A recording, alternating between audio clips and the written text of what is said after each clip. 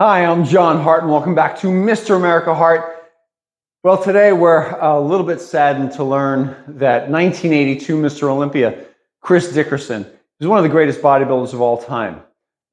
Does not matter what you think who the best is at this point in time. Any man who has won the Mr. Olympia title is one of the best of all time, and that certainly was him.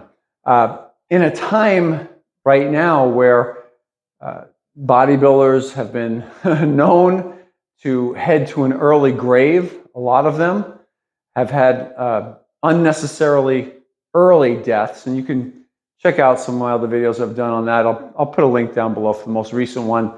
At a time when a lot of bodybuilders seem to have, been dying right now of, an early death due to certain chemical usage.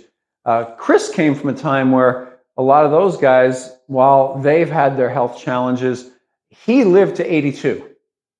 And not just that, but he had a bodybuilding career that went well into his 40s. And he was officially, at the time when he won the Mr. Olympia, the oldest Mr. Olympia of all time at that point.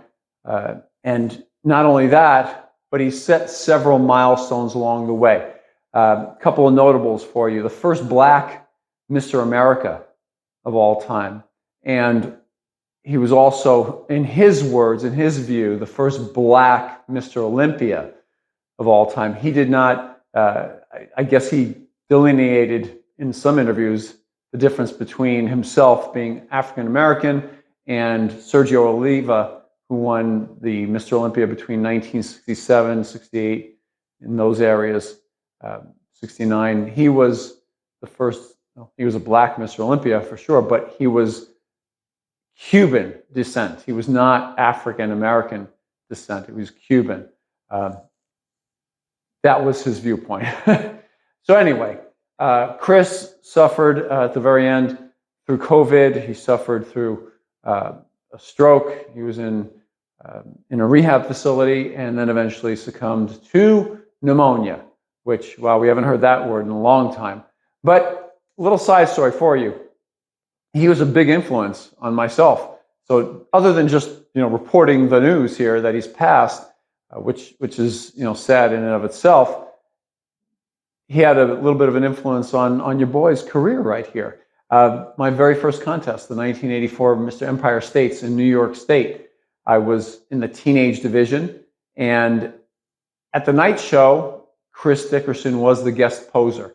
At the time, he was about a year and a half past his Mr. Olympia win in 1982, and he was in phenomenal shape at the time. He was, I didn't know, most people didn't know, he was training once again to compete in the 1984 Mr. Olympia, yeah. And at that time, he stepped on stage. Man, wow, he was amazing. So I didn't even know he was guest posing. I was only interested in competing in the show. And I did, and after the teenage division was done, a few more divisions went up. Halfway through, I see Chris Dickerson backstage, and wow, amazing. I mean, he was a little short guy to me, but I thought, what? He was as wide as he was tall. Those calves, the shoulders, the forearms, by far and away, just amazing body parts. And when he posed, here's the thing. You talk about a classic poser. So you got to give the props where props are due. He got up on that stage, and it was just one flowing, beautiful routine. Took his time with it. Every pose was just synchronized to the music. It flowed from one pose to the next. It was beautiful to watch him pose.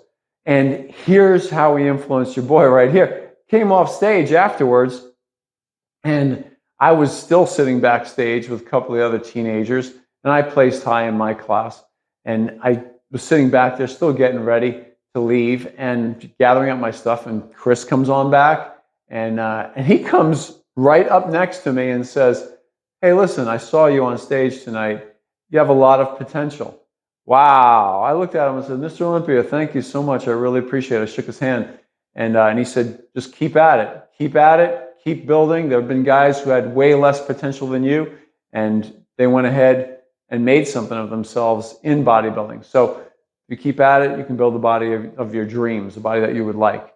And so I did, and the rest is my own history. But I found it very inspirational because he was also another Mr. America. I was always enamored with the Mr. America title. So I knew who the Mr. Americas were when I was growing up as a teenager and into my adult years, even until I won the contest. Guys like Chris Dickerson, Boyer Coe, I met them personally in my earliest days of training, and that was a high motivating factor for me to continue on. And what did I know as a teenager? Bodybuilder tells me I have potential, and he goes out of his way to say so. That was nice. I appreciated it, and that's it. So anyway, Chris, 1982 Mr. Olympia, lived 82 years. 82 Mr. Olympia, 82 years. A little bit of synchronicity in that as well. Great bodybuilder, great representative of the sport when he was at the top. Long career at the pro level as well. I'll put some up on the screen if I haven't done it already, of some of his accomplishments. And that's it for today. From my heart to you, John Hart. Listen, off to my left, you're going to see a little disc pop up next to my head. If you're liking the videos that I've been doing, please give that thing a tap right there, and that will let you alert YouTube to let you know when I have new videos that pop up. Down below, off to your left, all the way down there, you're going to see a thumbs up button. And if you hit that and turn it blue, it also lets YouTube algorithm know how well I'm doing here. I appreciate it very much. See you next time.